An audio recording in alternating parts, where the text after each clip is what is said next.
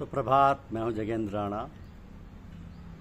आज की हमारी आध्यात्मिक चर्चा का विषय है प्रभु कृपा, गुरु कृपा एवं निज कृपा। प्रभु कृपा, गुरु कृपा एवं निज कृपा। देखिए, योग शास्त्र का ये सिद्धांत है कि ध्यान करने वाला जिसका ध्यान करता है उसका स्वरूप भी ईष्ट के समान हो जाता है। ईश्वर की प्राप्ति में प्रभु कृपा को निज कृपा से मिलाने के लिए समर्थ गुरु की कृपा एवं छत्रछाया का होना भी अनिवार्य है। अतः गुरु के प्रति भक्ति भावना, निष्ठा एवं प्रेम पक्का होना चाहिए। गुरु कृपा से प्राप्त सत्संग तथा गुरुदेव के उच्च से उच्च गुणों को अपने मन में भरना जरूरी है। जनाब सच्चाई साहब ने इस संबंध में एक बहुत आसान और बड़े फायदे वाली तरकीब बताई थी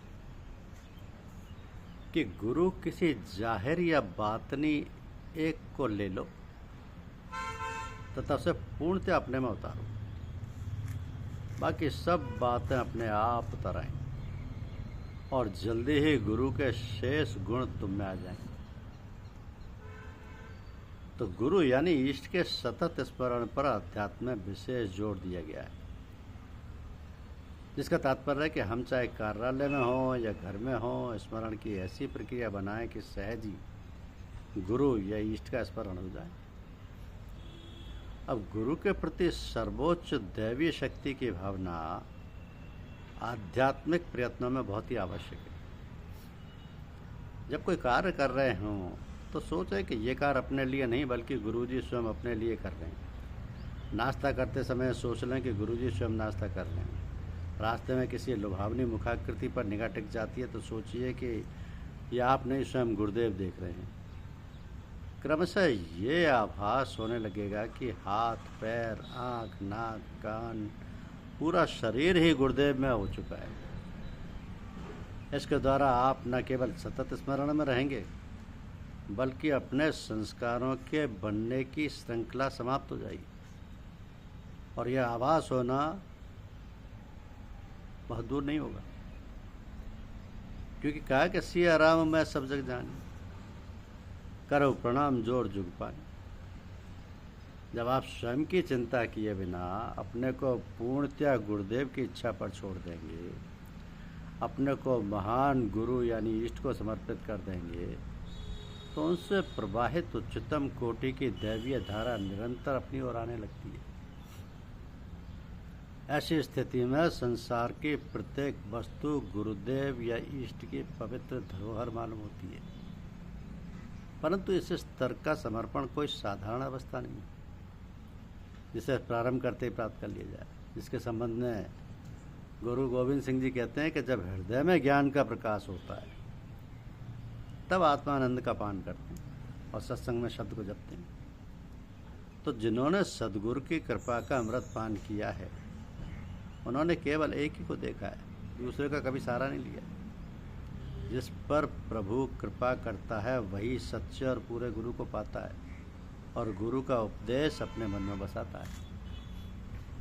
तो गुरु या इष्ट के प्रति समर्पण का एक सुंदर उदाहरण रामचरितमानस में भी देखने को मिलता है कि जब दशरथ पुत्र भरत अयोध्या वासियों के साथ भगवान राम को वन से वापस लेने गए थे, वहाँ उपस्थित जन समुदाय के समक्ष भगवान राम ने कहा, मैं वापस चलने को तैयार हो जाऊंगा यदि भरत स्वयं ऐसा करने के लिए उनसे कहें। प्रति उत्तर में भक्त भरत ने शांतिपूर्वक कहा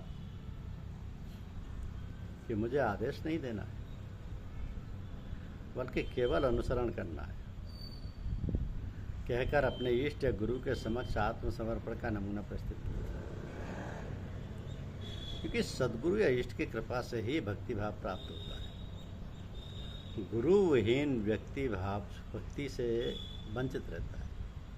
यदि गुरु कृपा बस व्यक्ति को सत्संग मिल जाए तब वो रहस्य को समझने योग्य होता है, क्योंकि परमात्मा सत्य स्वरूप है, उसकी वाणी भी सत्य है। परमात्मा स्वयं इस विश्व का पालनहार है, वही कृपा करके व्यक्ति को गुरु से मिला देता है। तो ध्यान, सुमिरन एवं योग उपासना के विभिन्न तरीके हैं जो भक्त की मानसिकता, क्षमता एवं परिस्थितियों के अनुसार प्रभावी होते हैं। ईश्वर की उपासना ही शक्ति की उपासना है। शक्ति की उपासना में शरीर पुष्ट होने के साथ साथ भक्त को धन, विद्या, मान, सम्मान, यश एवं कीर्ति अर्जित होती है, इसमें कोई संदेह नहीं। साथ ही साथ ईश्वर की आराधना के लिए मानव देह का होना भी आवश्यक है। अब मानव देह धारण करने पर हमारी ये जिम्मेदारी है कि शक्ति की उपासना कर मनुष्य देह को सार्थक बनाए, क्योंकि परम पिता परमेश्वर सर्वशक्तिमान, सर्वज्ञ, सर्वव्यापक, दयालु, कृपालु, दीनबंधु, दीनानाथ, प्रेम स्वरूप, आनंद स्वरूप, वो सर्वगुण संपन्न।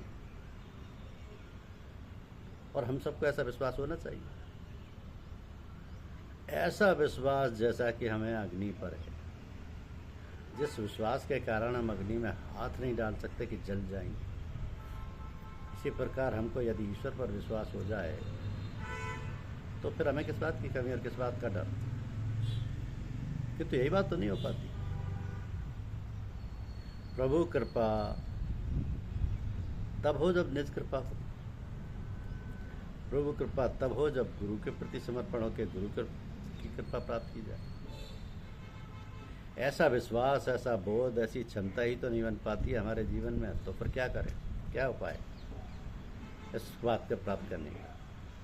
इसका सीधा उत्तर है कि सत्संग करें। कैसा सत्संग? सत्संग ऐसा कि ऐसे महापुरुष, ऐसे साधु महात्मा जिन्होंने अपने जीवन में परमपिता परमात्मा से संबंध जोड़ लिया है, जिन्होंने साक्षात्कार कर लिया है, जो स्थित प्रज्ञ हैं, जिनके मिलने से, जिनके दर्शन मात्र से शांति प्राप्त होती है, जिनके सानिध्य में सारी शंकाओं का समाधान हो जाता है।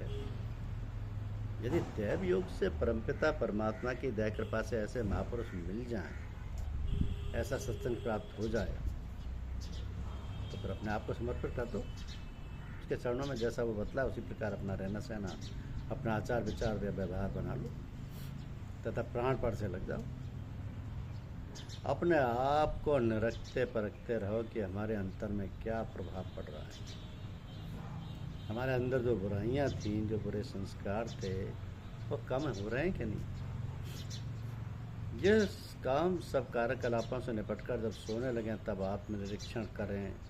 सारे कार्यों का लेखा जोखा प्रातः से साय तक जो भी किया हो, जो अच्छे कार्य किए हैं उनके लिए भगवान को धन्यवाद दें, वह जो बुरे कार्य हुए उनके लिए क्षमा और भविष्य में ये गलत काम ना होने पाएँ, इसके लिए भगवान से प्रार्थना कि हे प्रभु हमें ऐसा बल दो, बुद्धि दो, साहस दो कि भविष्य में हम ऐसी त्रुटि, ऐसी भूल ना करें।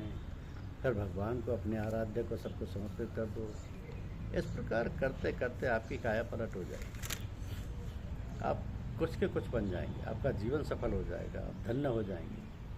लेकिन इस बात के लिए आपको दृढ़ संकल्प करना होगा। दैनंदिन प्रार्थना उपासना ना होने पर निराहार रहकर जप करना अथवा भगवान के सामने आर्त भाव से रोकर पश्चाताप करना इत्यादि, ये सब इसलिए कि हम अपना सब कार्य, पूजा पाठ, नित्य नियम पूर्वक कर सकें।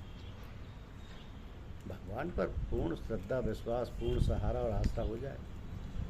संकल्प की दृढ़ता और नियमबद्धता ही इसमें विशेष रूप से सहायक होती है।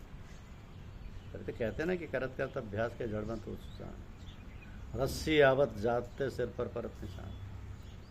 इन सब बातों को सरल और सुगम रीति से पाने के लिए सत्संग ही मुख्य रूप से सहायक है। जीता जागता सत्संग यदि दुर्लभ, यदि सुलभ ना हो तो आप धार्मिक पुस्तकें पढ़कर, भगवत भक्तों के जीवन चरित्र पढ़कर भी लाभ प्राप्त कर सकते हैं। इसके लिए भी भगवान से प्रार्थना करनी चाहिए तो सब कुछ हो जाता है, प्रीति और प्रतीति होने लग जाती है।